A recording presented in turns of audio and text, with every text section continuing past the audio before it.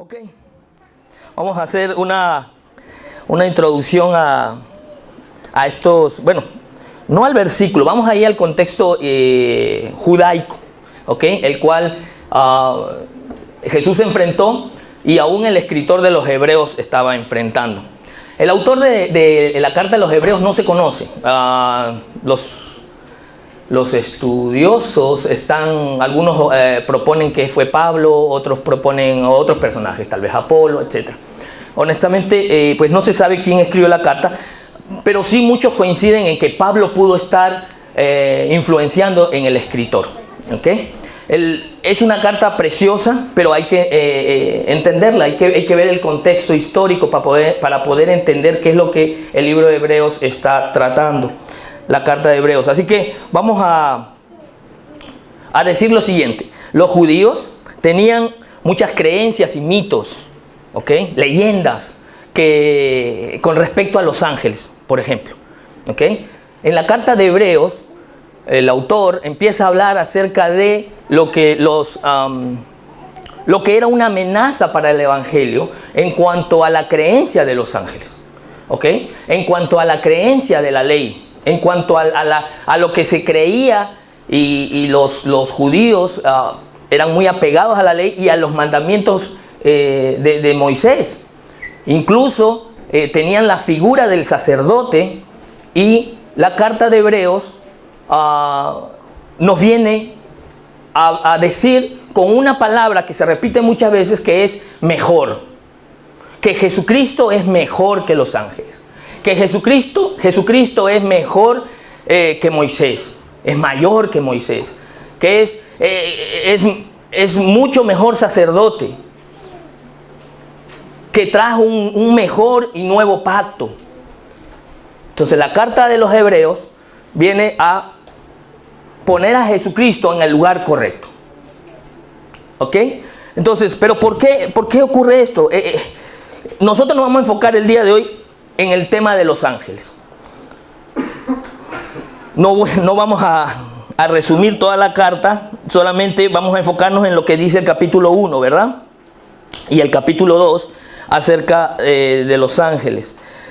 Entonces, ¿qué creencias había en el pueblo judío? Desde siempre. ¿Ok? Había la creencia de que un ángel podía regresar el espíritu de una persona que había muerto, que acababa de fallecer, y podía regresarlo a su cuerpo hasta el tercer día. Esa era una creencia de los judíos.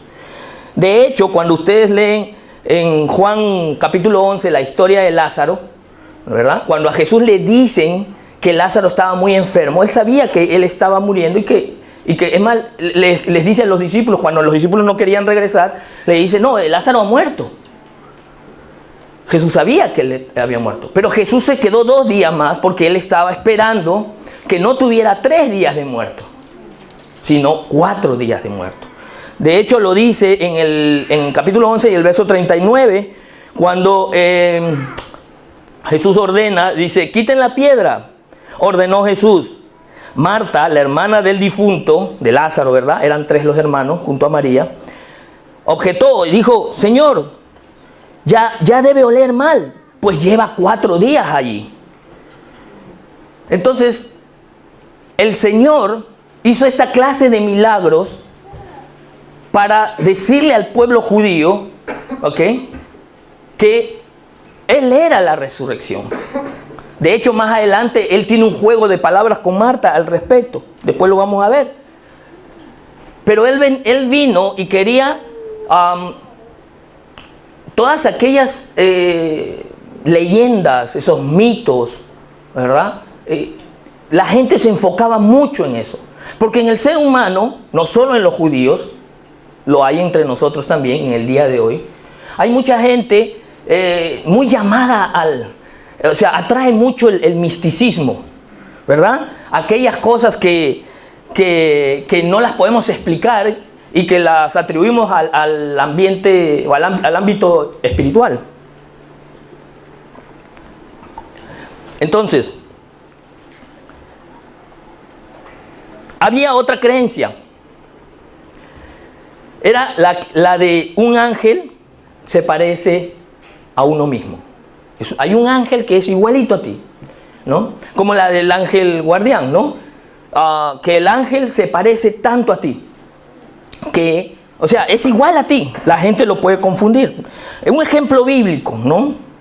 Lo vamos a ver en el libro de Hechos, capítulo 12. Apúntenlo para que lo revisen en la casa, lean todo el capítulo y se den cuenta de lo que estaba pasando ahí. Pedro estaba encarcelado. Herodes ya había matado un discípulo de Jesús. Y el siguiente era Pedro. Bueno, Pedro sale por ayuda de un ángel. Cuando Pedro está afuera se da cuenta que un ángel me liberó. Esto es verdad. No es un sueño, no es una imaginación. Un ángel me liberó. Entonces va donde los hermanos que se encontraban orando, pidiéndole a Dios por la libertad de Pedro. Y en los versos 13 en adelante, el 14, Rode era una sirvienta que es la que abre la puerta o la que se acerca a abrir la puerta cuando escucha el llamado, ¿verdad? Era Pedro que estaba buscando, que se acaba de salir de la cárcel, escapado de la cárcel y está buscando refugio. Entonces, Rode dice en el verso 14, al reconocer la voz de Pedro, escuchen, al reconocer la voz de Pedro, se puso tan contenta que volvió corriendo sin abrir. Pedro está a la puerta, exclamó. ¿Estás loca?, le dijeron. Ella insistía en que así era, pero los otros decían, debe ser su ángel. Esta creencia era muy fuerte, ¿ok? Entonces, estamos hablando ya en un momento en el que Jesucristo ya murió en la cruz, resucitó y ascendió a la diestra del Padre. Es un momento en el que ya los discípulos están propagando el evangelio. Por eso Pedro está preso.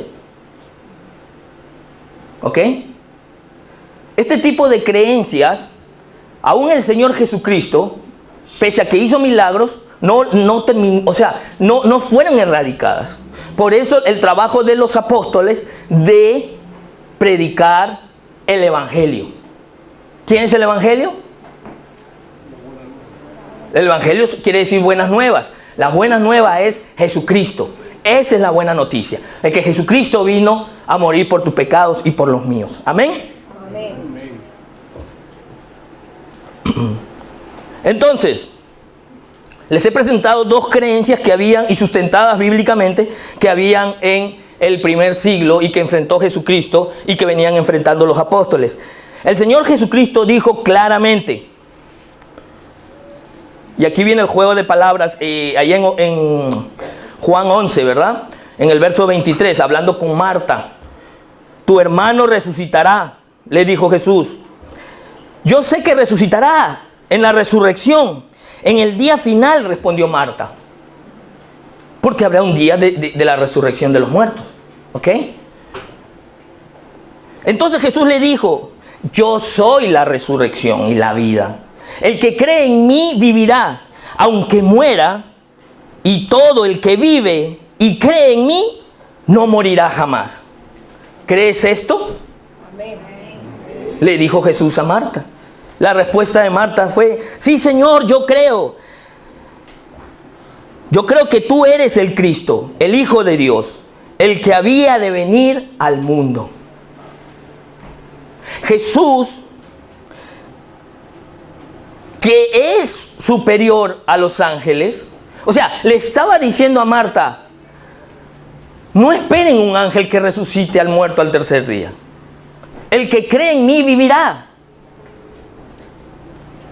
Lo que pasa es que a veces nosotros queremos enfrentar este pasaje tan doloroso como la muerte de un ser querido y quisiéramos que no se vaya. Que no ocurra la separación del alma, del espíritu y del cuerpo. Pero es ese cuerpo que va a estar en la presencia, en el reino de Dios, en la presencia de Dios, no puede ser el cuerpo que tenemos nosotros hoy. Es corruptible, se daña, se deteriora. Entonces Jesús tuvo una intención al demorarse para resucitar a Lázaro. Tuvo la intención de traer esta buena noticia. Yo soy la resurrección. No es un ángel. No es aquel mito, aquella leyenda que les han contado. Es Cristo, la resurrección y la vida. El que cree en mí, dijo, no morirá. Vivirá, aunque esté muerto. Amén. Amén. La Biblia es contundente, hermanos.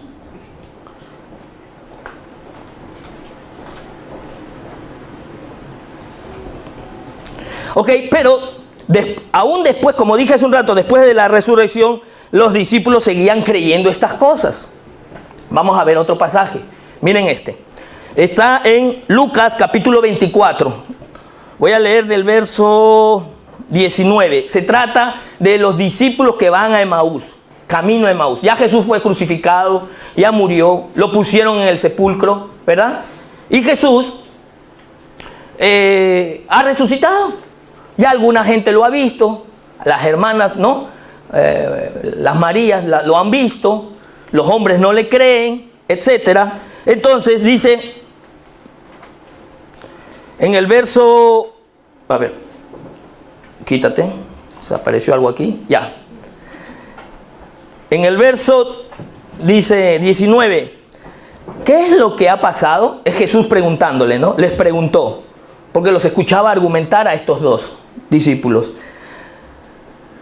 Lo de Jesús de Nazaret: era un profeta poderoso en obras y en palabras delante de Dios y de todo el pueblo.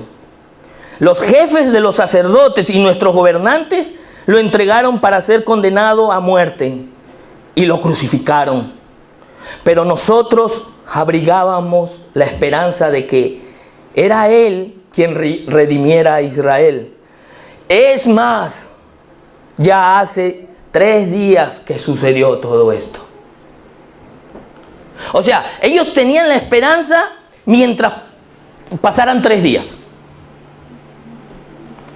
Una vez pasados los 3 días, bueno, me voy de Jerusalén, aquí no lo resucitó nadie, yo me voy. E iban argumentando, ¿verdad? Y el Señor se les aparece, claro, fueron velados sus ojos, no lo reconocieron. Pero para luego más adelante hacerles ver, ¿no? O mejor dicho, desaparecer ante su vista, para luego decir, a la hora de la Santa Cena, ¿no ardía nuestro corazón cuando Él nos abría las Escrituras? Porque Jesús se puso a decirle, era necesario que el Cristo padeciera, que el Mesías fuera crucificado. Y entonces cuando Jesús se les desaparece, ellos entonces caen en cuenta y dicen, ardía nuestro corazón cuando Él nos abría las Escrituras, cuando nos predicaba.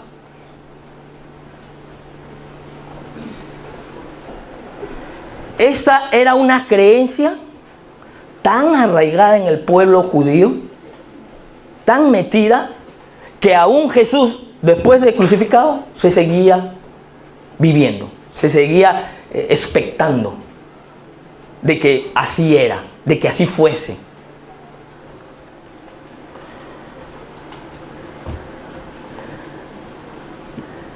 Hasta ahí, pues, la introducción de este contexto judaico en este tiempo. La carta, como les dije, se escribió probablemente entre el año 60 y 70 después de Cristo.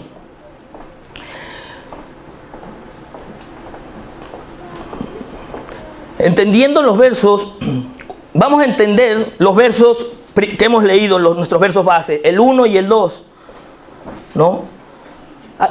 Alguien dijo que entendiendo estos 2 versos, tú entiendes el resto del libro. Todo Hebreos. Entendiendo lo que dice Hebreos 1 y 2. Porque ahí es ahí donde tú te das cuenta que el autor empieza y lo que trae a decirnos es, lo que viene y nos dice es, antes Dios nos habló de muchas maneras.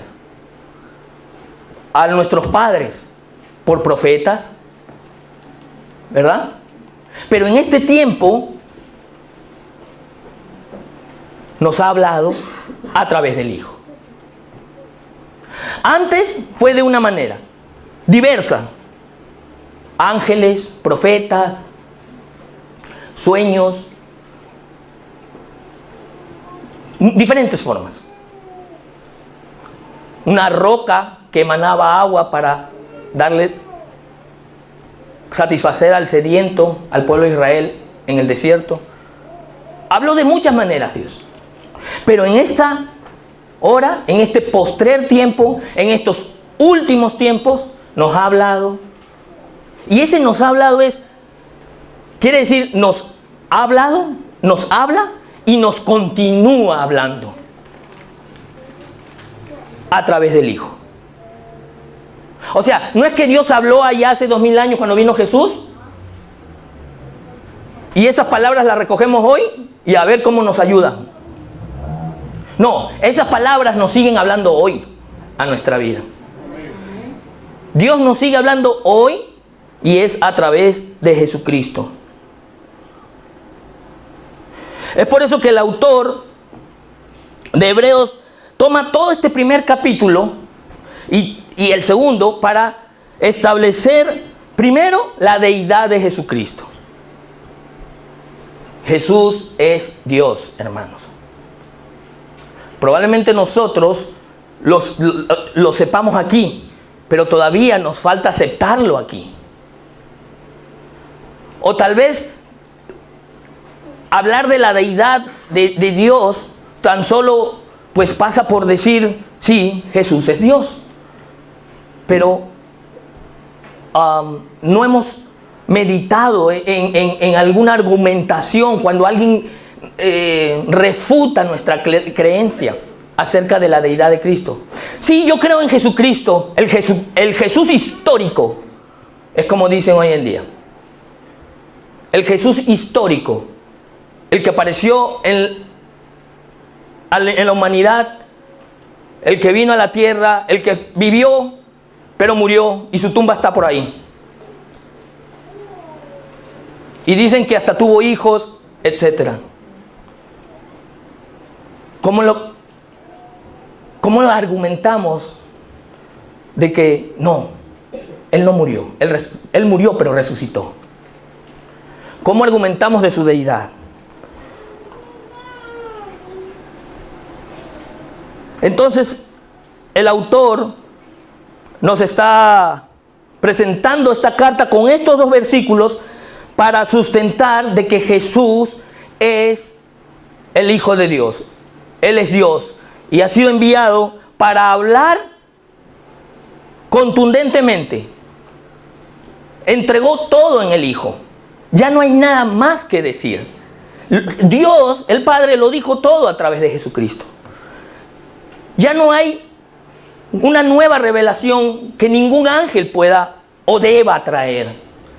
Ningún profeta o Mesías o iluminado de Dios tiene que venir a decirnos algo nuevo.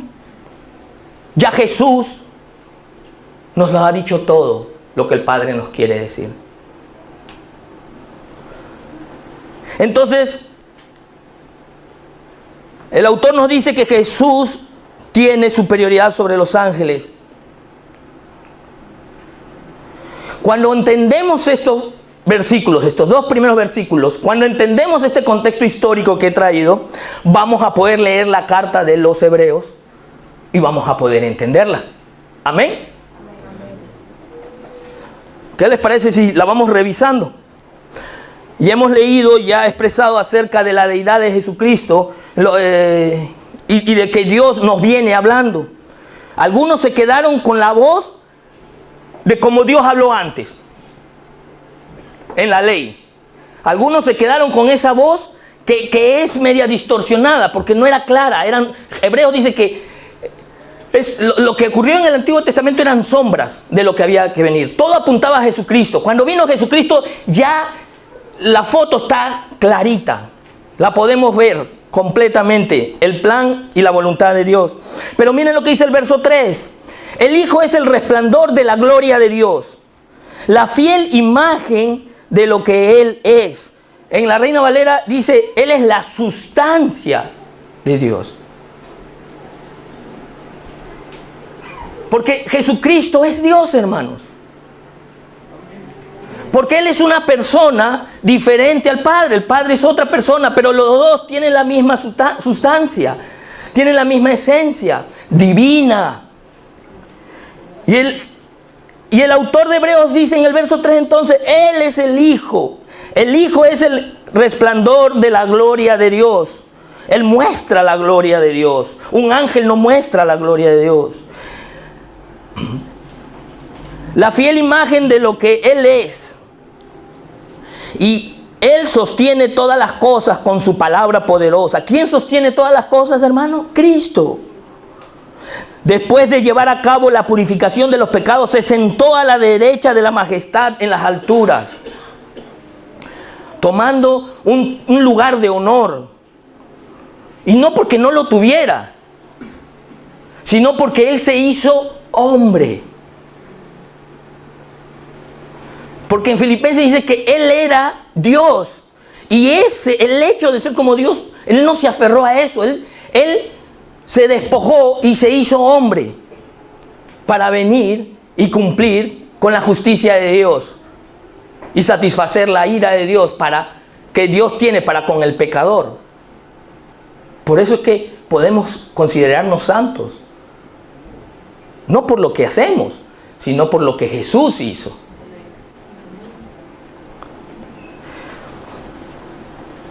Verso 5, miren cómo dice el autor. Porque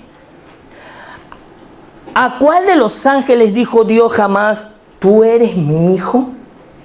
¿Ven cómo el autor empieza a comparar a Cristo con los ángeles?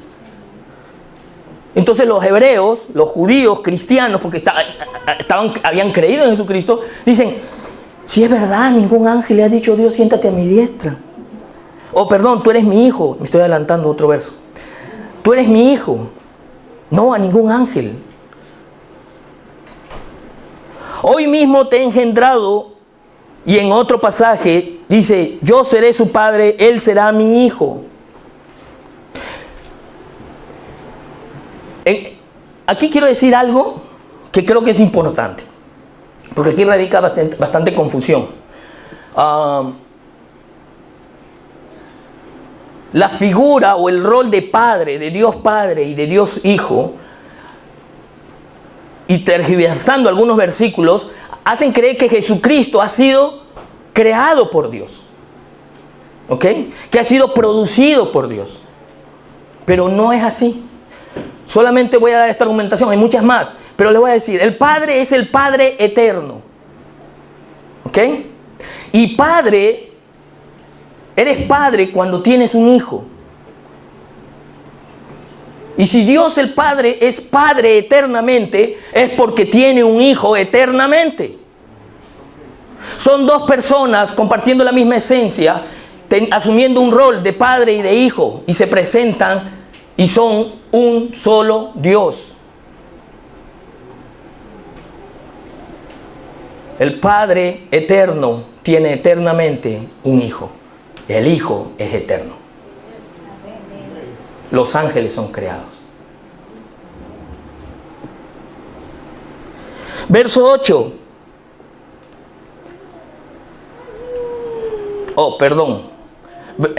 Vamos al verso 6. Además, al introducir a su primogénito en el mundo, Dios dice, mire, Dios dice que lo adoren todos los ángeles de Dios. ¿No es superior Jesucristo a los ángeles? En cuanto a los ángeles, dice, Él hace de los vientos sus ángeles y de las llamas de fuego sus servidores. El 8, pero con respecto al Hijo dice, tu trono, oh Dios, permanece por los siglos de los siglos, y el cetro de tu reino es cetro de justicia.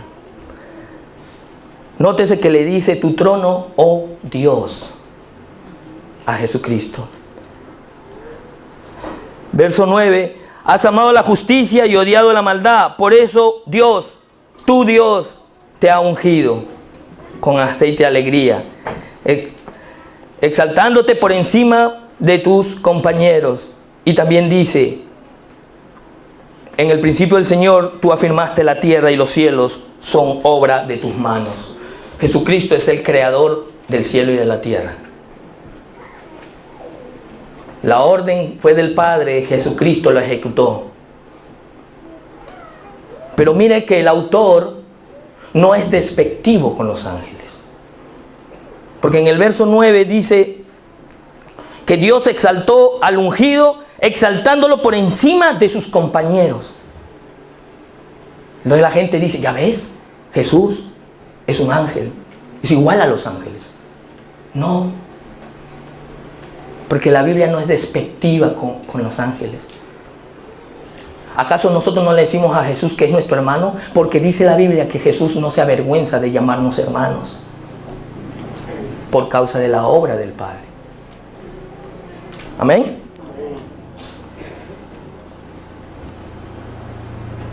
En el verso 13 dice, ¿a cuál de los ángeles dijo Dios jamás siéntate a mi derecha, hasta que ponga a tus enemigos por estrado de tus pies?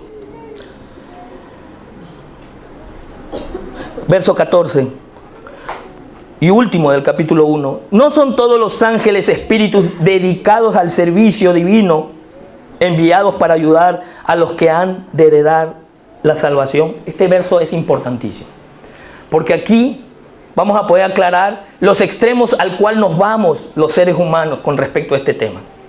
Mientras por un lado algunos están prendiéndole velita a los ángeles, adorando ángeles, ¿ok? Rindiéndose a los ángeles, escuchando la voz de ángeles. Por otro lado, hay quienes asumen su posición de hijo de Dios y están ordenándole a los ángeles. Estacionan el carro, pongo ángeles aquí adelante, atrás y al costado para que no le rayen mi carro. Legiones de ángeles cuidando mis joyas, mi casa allá. ¿Verdad? Ordenándole a los ángeles hacer lo que les conviene, les place, o qué sé yo, pues son sus instintos. Pero el versículo 14 nos dice, ¿no son todos los ángeles espíritus dedicados al servicio divino? O sea, ellos están al servicio de Dios, no al servicio del hombre. Enviados para ayudar a los que han de heredar la salvación. O sea, ellos van a trabajar a nuestro favor. Y no para que hagas más plata o no te roben o lo que fuera. Sino para, o sea, el trabajo de ellos es para encauzarte, guardarte, porque eres heredero de la salvación. Porque es la fe la que cuando nosotros nos deslizamos, tropezamos, es la fe la que es afectada. Y muchos cristianos por eso andan todos cabizbajos, porque su fe ha sido debilitada. Ha sido afectada por lo enseñábamos en el discipulado el miércoles, afectada por el trajín de la vida, por los golpes, las cosas que vivimos por descuido nuestro. Uy, el hermano cayó, pecó. Ok, cayó. ¿Y entonces qué pasó? Hermano, arrepiéntase, pida perdón, acérquese al trono de la gracia. Sí, pero yo no sé si me van a escuchar los hermanos, si me van a ver igual en la casa, en la iglesia. Tiene una fe que no... El justo cae 7 veces y 7 veces se levanta, pero se levanta por la fe. Porque sabe, dice, el que ha tropezado dice, mi Dios vive. Tengo un Dios y Él me salvó por fe. Y aunque hoy yo tropecé y acepto que cometí el pecado que Él dice que es pecado, que a Él le desagrada, yo lo confieso. A mí también me desagrada. También me tiene que desagradar. Y continúo por la fe mi vida cristiana. Amén. Entonces los ángeles no están a servicio mío, están a servicio de Dios y están a favor de los que han nacido de nuevo y han heredado o están por heredar la salvación.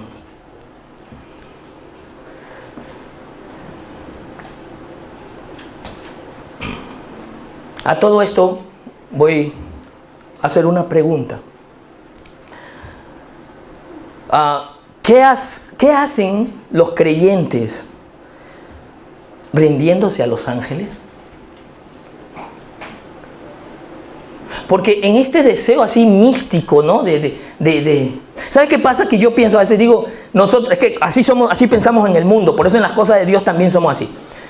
Cuando tú tienes un trámite que hacer en motores y vehículos, y tú te quieres ahorrar la línea, uy, espérate que yo conozco a alguien, ¿verdad? Cuando tienes que hacer un trámite a tu país, hay que legalizar una partida. ¿Sí? No, yo conozco a alguien en el Ministerio del Interior allá, que sí, que te ponen el sello rápido. Te va a costar nada más tanto. Estamos buscando así la personal, ¿no?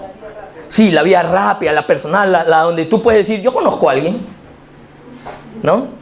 Entonces la gente, a mí me suena como que esa es la actitud que traemos cuando nos acercamos a Dios y de repente, no sé, como que Dios no me escucha, pero de repente Dios manda a tu ángel ministrador y que me hable y me guarde y me dirige y me dé fuerza y levante mis brazos y qué sé yo, abra mi camino. Y tenemos esta tendencia a usar los ángeles de esta manera. Por eso digo yo, ¿qué hacemos rindiéndonos a los ángeles? En el capítulo 2, en el verso 5 dice, Dios no puso bajo el dominio de los ángeles el mundo venidero, del que estamos hablando. Como alguien ha atestiguado en algún lugar, ¿qué es el hombre para que en él pienses? ¿Qué es el ser humano para que lo tomes en cuenta? Dios te ha tomado en cuenta, hermanos, a la humanidad. Y dio su vida por la humanidad, no por los ángeles caídos, no por los ángeles rebeldes. ¿Qué está haciendo el autor? El autor está diciendo esto. Ok, Jesús es mayor que los ángeles. Los ángeles son obra de Dios, ¿verdad? Un producto divino, un producto de Dios. Y son mayores en fuerza y estatura e inteligencia que nosotros. ¿Ok? Eso está clarísimo en la Biblia. La Biblia, el autor no menosprecia el trabajo de los ángeles, porque trabajan y sirven según órdenes divinas. Pero el autor ahora dice, Jesús es Dios, es superior a los ángeles son superiores a los hombres, pero ahora dice, Jesús salvó a los hombres. Jesús se ha acordado de los hombres. Continuando el verso 7 dice, lo hiciste un poco menor que los ángeles y lo coronaste de gloria y de honra. Todo lo sometiste a su dominio.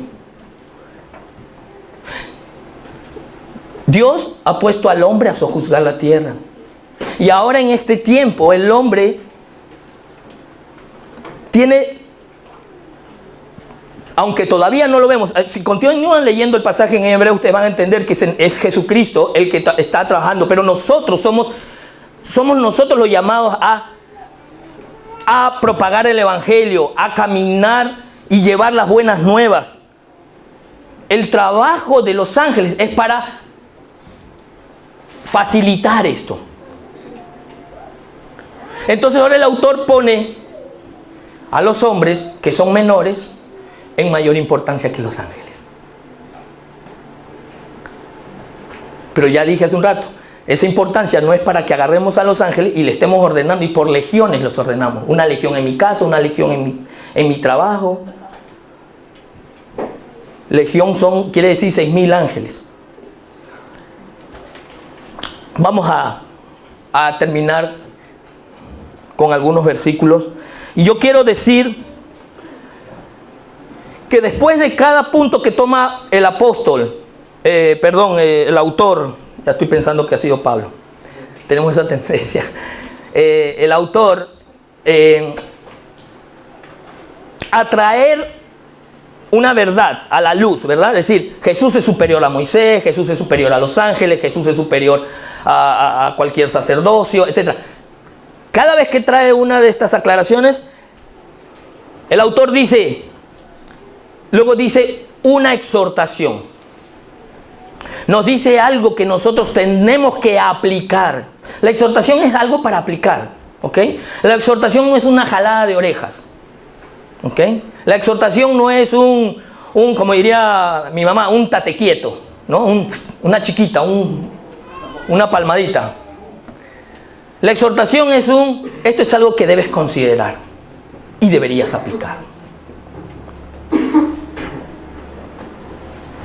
Entonces, en el capítulo 2 está la exhortación, en el verso 1. Vamos a leerla. Por tanto, es necesario, presten atención, dice, es necesario. No dice que es obligatorio, dice necesario. Lo pone al nivel de necesidad, ¿ok? Que con más diligencia atendamos las cosas que hemos oído, ¿ok? ¿De quién estaba hablando en el verso 1? Que Dios nos ha hablado a través de ¿quién? De Jesucristo. Entonces, atendamos con mayor diligencia las cosas que hemos oído, la voz de Jesucristo, la vida de Jesucristo. No sea que nos deslicemos.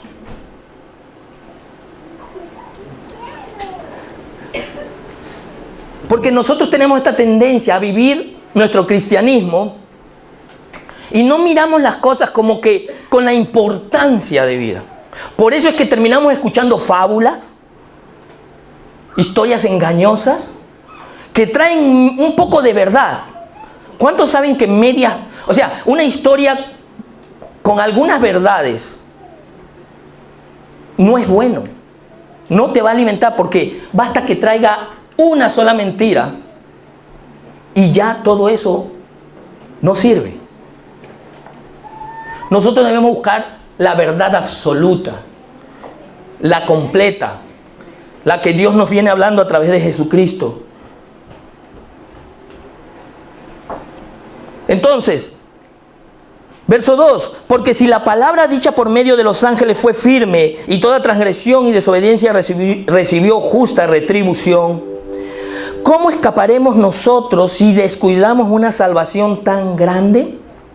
La cual, habiendo sido anunciada primeramente por el Señor, nos fue confirmada por los que, otra vez, oyeron. ¿Quién la anunció? El Señor. ¿Cómo nos habló Dios antes? De diferentes maneras, de diversas maneras. Y hoy nos habla a través del Hijo. Y el Hijo viene hablando desde que pisó la tierra. Pero solo algunos lo oyeron. Solo algunos escucharon la voz de Jesucristo diciéndoles: yo soy la resurrección y la vida. Los ángeles están al servicio mío.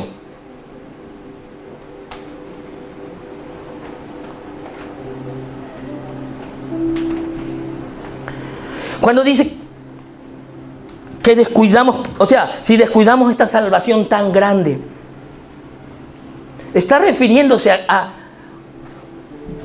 es que eso es transgresión. Me explico. El tú entender, el tú ver y entender de que Jesús, siendo Dios, no se conformó y se quedó como Dios, sentado en su trono, sino que vino y se hizo hombre. Y pagó la ira de Dios. Satisfizo la justicia de Dios. Si tú, entendiendo eso, vives una vida cristiana como en el limbo. Mira, la Virgen lloró. Mira, la planta milagrosa. La montaña que ruge, qué sé yo, y cuántas cosas hay por ahí. Eso es descuidar una salvación tan grande. Y el verso 2 nos dice, el verso 1, dice que es necesario que con más diligencia, a veces para nosotros diligencia, para el cristiano es No, yo no falto los domingos a la iglesia. Yo los domingos, yo estoy ahí en la iglesia. Y doy mi diezmo. Para algunos es, yo creo en Dios. Diosito, se persignan todo. Pero después, están mirando horóscopo, viendo, ¿cómo se llama? La bola esa de cristal, leyendo la mano, el tarot, todas estas cosas. Que hay espíritus engañosos detrás de todo eso, hermano. Eso es descuidar una salvación tan grande. Pero el cristiano no quiere meditar en eso, no quiere ser diligente en cuidar su salvación. Eso es cuidar su salvación. Ocuparse de qué es el evangelio. Los miércoles estamos dando estas enseñanzas, ¿qué es el evangelio? Porque los cristianos dicen, ya sí, yo sé que es el evangelio, Jesús vino al mundo, eso, ya, ahí empieza el cristianismo, ya yo soy cristiano, se acabó. A otra cosa mariposa. No, hay que atender con más diligencia qué es el evangelio. Entonces nos dice que estas cosas fueron anunciadas primeramente por el Señor, nos fue confirmada por los que oyeron, testificando Dios. Mire, Dios testificó juntamente con ellos con señales y prodigios y diversos milagros y repartimientos del Espíritu Santo según la voluntad de Dios. Todas esas señales aparecen en la Biblia, lo que le ocurrió a los discípulos que iban camino de Emaús. ¿Por qué aparece en la Biblia, hermanos? No es una historia ahí para saber algo más de lo que pasó. Está ahí para decirnos, la gente seguía creyendo en mitos y leyendas. Hubieron milagros, resurrección de Lázaro. Dios estaba diciendo, hello, no es un ángel el que te va a resucitar. Yo soy la resurrección y la vida. Era Dios mismo testificando a través de su Hijo.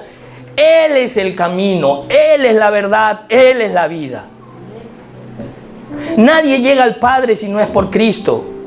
No hay otras vías. No hay una palanca, alguien no es la Virgen, no es un ángel, un arcángel, un querubín, etc.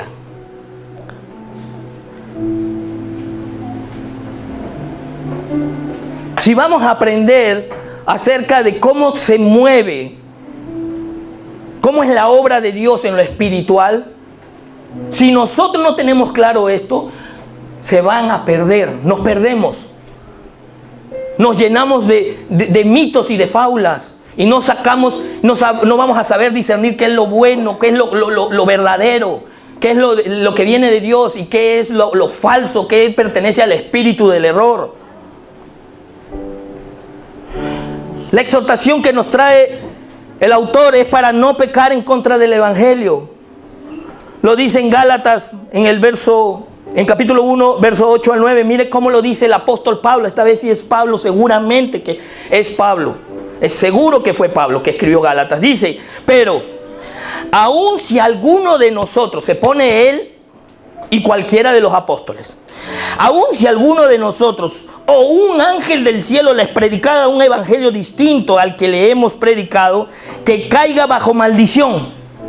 Como ya lo hemos dicho, ahora lo repito, si alguien les anda predicando un evangelio distinto del que recibieron, que caiga bajo maldición. No hay otro evangelio. No hay otras buenas noticias. No te preocupes, hermano, que tú pídele a tu ángel de la guarda y te va. Hay gente orándole a los ángeles. Enseñándole a los niños a orar a los ángeles, a tu angelito de la guarda. Enséñale a orar a Cristo.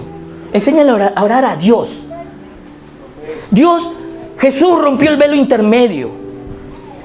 Ese temor que tenían los judíos de no acercarse, le decían a Moisés, anda tú, porque era terrorífico. Ese velo, ese temor se rompió porque ya está Jesús delante tuyo. Y tú te puedes acercar al Padre porque tienes a Jesús. Eso hay que enseñarle a los niños.